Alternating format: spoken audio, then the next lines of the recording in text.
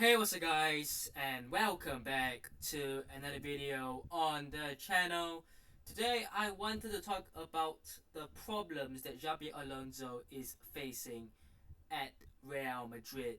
Now, warning, I am not a tactical analysis person. I'm not a technical analyst. Um, I might not have any idea what I'm saying when it comes to tactics, but what I am showing isn't all tactics. It is what I think I and Real Madrid fans can just see with their eyes. I think it's something that you don't have to get into tactically. I'm not going to go into the real tactics of positioning and pressing and whatever, but just the basics of Real Madrid and how PSG played through Real Madrid. Because look, for me, PSG obviously are the best team in the world, but Chelsea managed to not just beat, but absolutely destroy this PSG team, which means that Real Madrid could they have gotten something out of this game? Probably not. But could we have made the game closer? Definitely yes, right?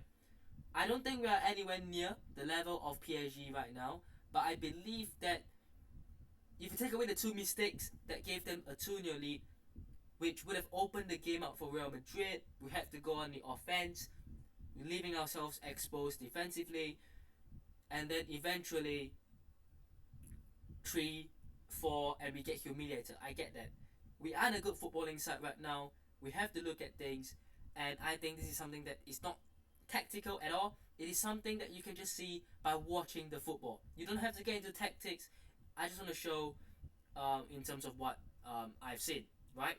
I'm not a tactical guy. I'm not here to claim to be one. I'm not here to act like I am one. I'm just going to make that clear.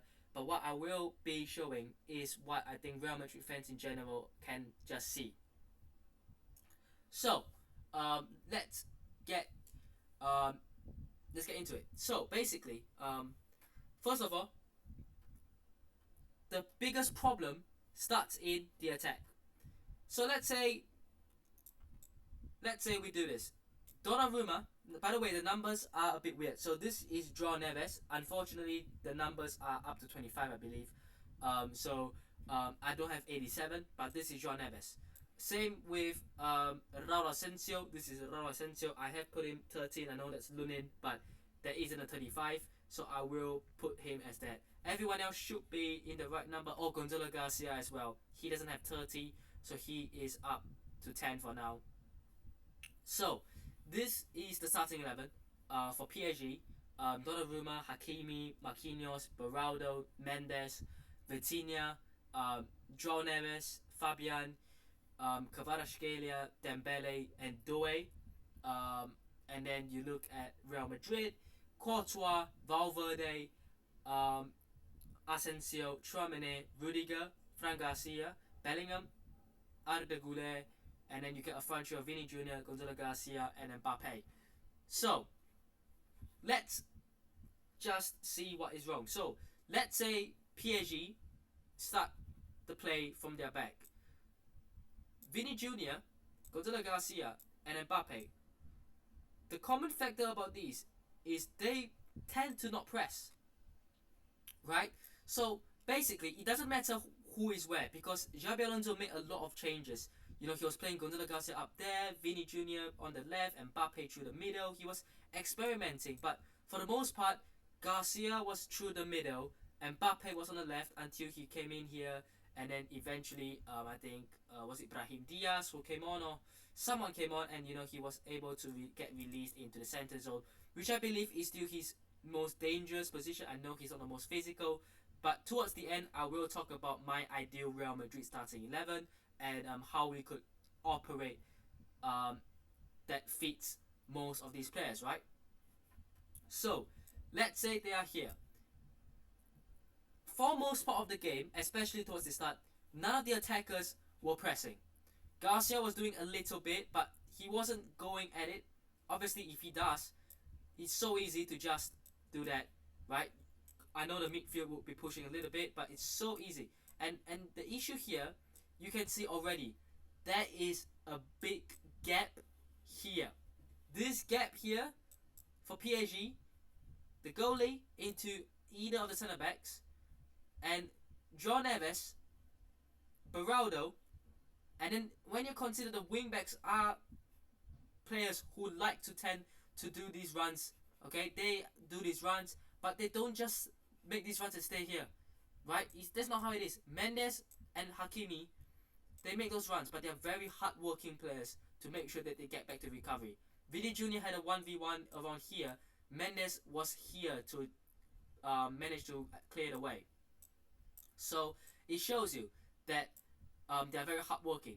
But immediately you see a problem, because with this setup, right, Tchouaméni is the protector, right? He protects these two. And what do you see in this midfield? It's a pivot. It's two midfielders against not only these three midfielders, but when you have Dembele dropping deep, Kvaratskhelia coming back, Doué coming back, and then the ball gets played either here to here to here to here, or it goes out wide here to Hakimi. Mbappe doesn't press. He gets a simple pass through, and it's very simple. It goes to Dembele, Doué, Kvaratskhelia, anyone in the attack. Very simple, right? So immediately, when you don't press, it's very simple to let the opponent play the ball out very simply. And when they did press, it was, okay, this should be better, right? No, because it gets here, he comes in here, oh, I'm gonna press. Oh, no. Okay, now what? Oh, yes, tons of space here. And then Fran Garcia has to come out, right?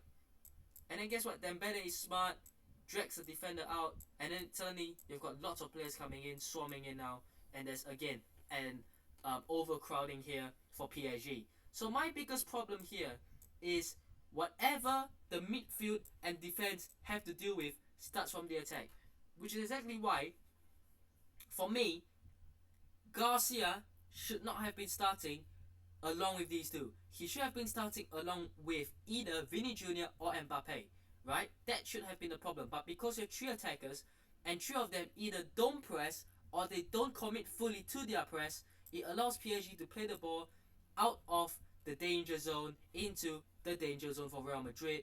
And it's so simple, man. Like, it's so simple. It's like a basic training drill. It's so simple to beat the press. It really is, right? And obviously with the fullbacks as well, they had to really deal with a lot on the overload. And Fran Garcia alone had to deal with not just Doué, but Hakimi and Dembele coming in as well. He had to deal with three men on his own. That is shocking, right? That is shocking.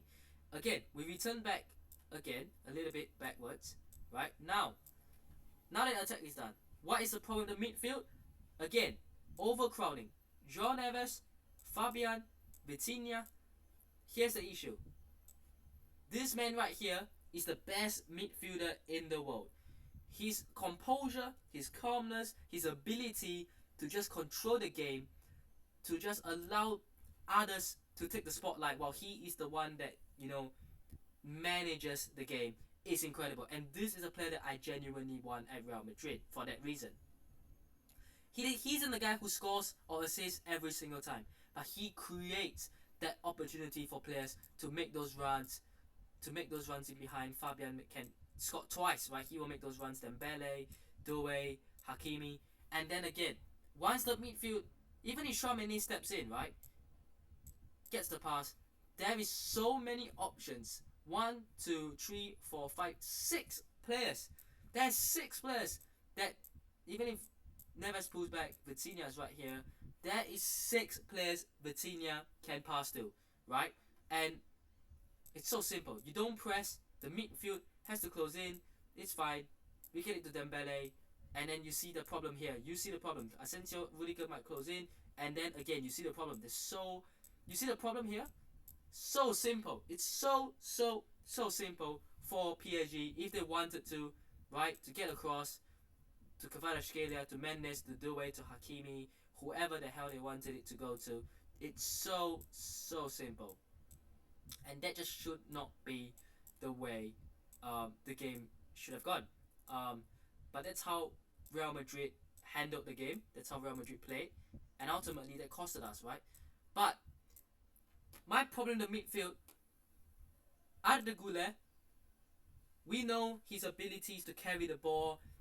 He has some great strikes in him, but he isn't the strongest physically, and neither is he a Vitinha, right? But when I think of Arda Güler, I don't think of a player who controls the game. I don't. Okay, so what happens is naturally, defense, we get the ball. Okay, PSG managed to recover and they get back into a decent, actually very good defensive shape, right? Let's say Fede Valverde gets the ball from Asensio, and then we can push a little bit more higher, right? Because now we are on the attack. It comes to Güler. Here's the issue. Everyone here is man marked. And then when you've got players walking, right? Arda Güler here, what's he supposed to do? Bellingham here, what's he supposed to do? Right? If either of these guys get the ball, what are they supposed to do? Like, pass it around each other? Like, you see the problem. PSG are just so organized defensively, and there's no one coming in saying, okay, give me the ball, and then, oh, okay, I'm going to come here, okay, we're going to do this, and then, oh, I'm going to bomb forward, I'm going to come in here, oh, I'm going to make the overlap, oh, we're gonna play this, oh, yeah, right, we can score, right? There's no one to really try to do that sort of stuff. So when that happens, when you get the ball, when you turn over possession, you give it back. Oh, John Evans won it back. Oh, Vitinha won it back. Oh, Dembele won it back. Oh, Fabian Ruiz wins it back. So what is the solution to the midfield, right? Three attackers that really isn't doing a lot in terms of the press, isn't really helping back defensively, which means that the defense is consisting of two midfielders and ideally 5 defenders up against 8-9 PSG players. That is an overload again. So not only is there an overload here and here, there's an overload now here as well. And then you've got a helpless goalkeeper in Thibaut Courtois trying to stop everything, but when eventually all these shots come in and these brilliant attempts and they go in, there's nothing he can do as well. So ultimately, this tells us that PSG are a very well coached side, but they know, the most important thing is they know how to exploit teams and their weaknesses. And they knew going to this game, Real Madrid's weaknesses, 3 attackers starting, they're not going to press, they're not going to track back defensively. As long as you can beat the little bit of movement here, you can get the ball into here, then you're up against 2 men, right? But it doesn't matter. You can go on your outside. Fran Garcia tucks in, doesn't matter. You can go now back here again, right? And so many players just bombing for the wing backs again. Like I said, the wingers are up here, the wing backs. Then it's dangerous again, right? And with the first goal, everyone pushed forward. To be honest, Doe was here. And then they get the ball into a dangerous area. Rudiger's back there, a little bit here actually. Chouameni I think was the one here. Asensio was the one in the box. Fede Valverde was on the outside. And then you got a bunch of players in there. I think Dembele was in there. And then Fabian was there as well. So this is how they create the overload, right? Even Fabian is making that run in behind. Okay? This is how the first goal happened basically. Doué puts a ball in here. It's harmless. It's not dangerous at all. Guess what happens? Asensio gives it to Dembele. Now what? Okay? Gives it away. Gets actually he tries to run here. Loses the ball. Courtois comes in. Fouls Dembele. Doesn't matter. Ball comes across. Fabian taps it in. Go. Right? That's so simple. Such a avoidable yet stupid mistake. Okay? It's that stupidness. Again, from Asensio, the mistake. But again, right? PSG working hard, like we've said before, a hard-working team, pressing. Dembele could have easily done what, either of these guys would have done. Just take that, right? Asensio gets the ball, you don't press, you don't do anything, they get to play it out, simple, right? That's what could have happened. But he went there, wins the ball back, wins the penalty, doesn't matter. With the penalty, it would have been a penalty, but Fabian Ruiz is there to capitalize, right? These are the kind of things that Real Madrid need to take note of, because these are the kind of things that we should be avoiding and we should be exploiting. Like, we cannot allow this to happen, man. Second mistake, Rudiger's quite high up actually. I don't think there was any support, to be honest. And then again, we were playing this stupid high line for some reason. We were trying to press. We were trying to get back into the game. Everyone was really pushing forward, and then Rudiger. Actually, it was probably like this. To be fair, like I said, Rudiger gives the ball away. Then Dembele runs on into it. Again, it's a simple mistake. It really is an avoidable one. Do I really want to even get into the debate of the final goals, like the remaining two goals? I think the picture paints itself, the story, right? I believe that it is so clear that the mistakes are there. We know what is gonna go wrong when this team plays against Barcelona, Liverpool, PSG, Chelsea. It's going to go horrible. So you've got these squad players, right? What would you do? Okay, first of all, I would try to sign Vitinha.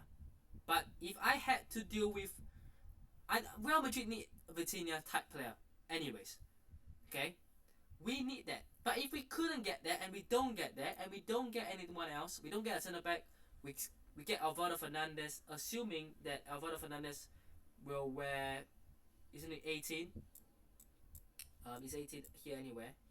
That's 6, 16, 17, 18. So Alvaro Fernandez will be the new left back, wing back.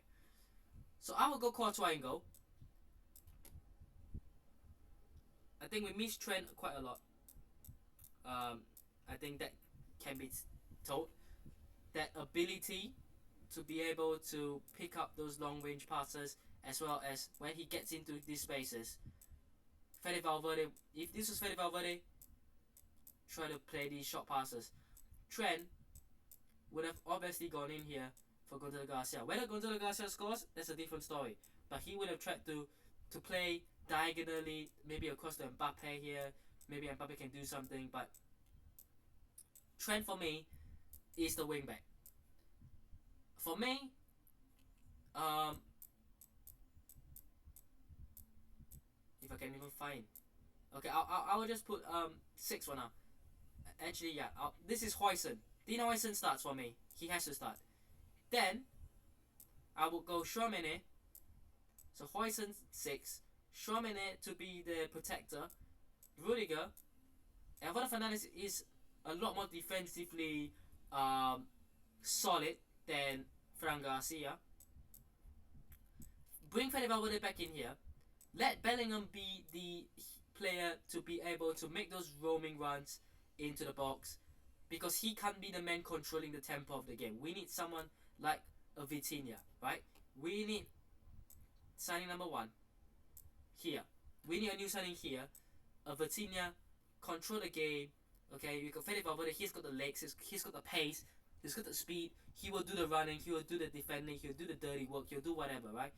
And don't worry, you've got Sweeper behind you, right? Don't worry. He's the extra centre back, but he's also the CDM who can sweep. Just your game, okay? And then I believe that if you want, you can play Arda Güler there. Okay, he can come into a more central area, right? If you want, okay? Will Rodrigo stay on this side? I don't know. Will Franco Mastantuono play? I don't know. And then you have to make a decision. Do you want Mbappe and Vini with Arda Güler maybe, or do you want to take Arda Güler out and then play either Mbappe or Vini on the right, which Vini Jr. has complained to his entourage apparently that he doesn't want to do that. And I'm just thinking, what the hell, man? Why is this better? Mbappe, tell him and Vini Jr. to either press like this kind of pressing, because this will allow teams, for example, right? They might have an overload. They might have an overload. But isn't this better? Is this not better than what we saw? If Hakimi gets the ball and he's being pressed by Alvaro Fernandez here, the midfield signing is covering, trying to cover both of these guys, but at least covering this guy here. Bellingham is coming in to cover the DM. Vini Jr. and Mbappe are covering the centre backs. Arda Güler is covering the wing back. Trent is tucking into the centre to cover the winger. Hakimi has to either try to figure out a way to get in behind Alvaro Fernandez and get the ball to Doué, to get the ball to Doué, or if that doesn't work, right, he has to find a pass to Kvaratskhelia or Mendes across here, which might be won by either Goulet or Trent. For me, what I'm trying to say here is, it looks so much better. Okay, when you have got just two players up top there, with more men in the midfield, right? Get more men in the midfield. Bellingham can be your source of an extra striker. He can. Okay, I'm not saying he's a striker, but when you want those crosses coming in, Bellingham can be that guy, right? If you don't, he can be here and try to cover up the midfield here. You get another midfield support. So basically what I'm saying is, Xabi Alonso made a very big mistake by starting three attackers who are all basically a liability off the ball and even on the ball, to be honest, because they did nothing with the ball. Bellingham was misused. I don't think he suits a deeper role. I think he has to be here trying to get into the box, but at least trying to cover off the midfield. And then Fede Valverde, again, I know Trent was injured, but Carvajal should have started on this right hand side. I don't know how fit Dani Carvajal was, but you got to take that risk, man. By taking Valverde out of here, there isn't pace, there isn't legs. Then you force Goulet into here, it's not quite the same, right? So for me, I think you have to go with that. But most importantly, you need a new midfielder. That's the most important position. Yes, I would take Konate and let him play as well. I would. But ultimately, the most important decision here is this player right here. Whoever this is needs to be a player who is capable of controlling the game, controlling the tempo, a Toni Kroos replacement, right? We need that player right now, and that's just how crucial it is. Now, like I said at the start, I'm not a tactical analyst. I'm not the best at this. I would say I'm quite bad at this. But from what I can see, from my perspective, this is what it looks like. So maybe I'm wrong. If you think I'm wrong, then so be it, right? But I just think that if the attack either doesn't press or presses only 50%, it's no use to the defense. Similarly, if the midfield is being overloaded, as you have got three attackers who don't do anything, and then you face a 3v2 or 4v2 in the midfield, you get overrun, and then now you've got a defense that is made up of 4 or 5 players up against 6, 7 players, because the wingbacks have joined to attack now, and then you're just exposed, you're just vulnerable, you're obviously going to concede goals. So for me, Xabi Alonso has always been known for the back three system. I stand by it. We don't need a proper back three in terms of Huijsen, Rudiger, Asensio, or Militao, or whatever. We don't need a base three. I don't think we need a base three. I think we can have Tchouaméni. We can afford to let him be a little bit more forward, not by a lot, but he can still try to contribute and help out in the midfield. That's cool. Because Huijsen's composed, he's calm. Rudiger, he's lost his head a little bit, but still, I think he's a very good defender. When I got Alvaro Fernandez in, he's a better defensive wingback. Trent, he's got the qualities, especially offensively, but defensively, he has been improving, right? Fede Valverde has got the legs in the midfield. Bellingham has got the physical ability to play in the more advanced role. New midfielder signing to be able to control the game, and then either Vini Jr. or Mbappe to be able to press. And I think Gonzalo Garcia works with Mbappe, but that will mean you're benching Vini Jr. And I'm not sure Xabi Alonso will do that. But ultimately, my point here is that everything here starts from the attack, and it obviously affects the midfield and the defense as well. So yeah, let me know what thoughts are down below. Hope you guys have enjoyed today's video. Hit the thumbs did, subscribe to the channel on already, and I'll see you guys in the next one. Peace.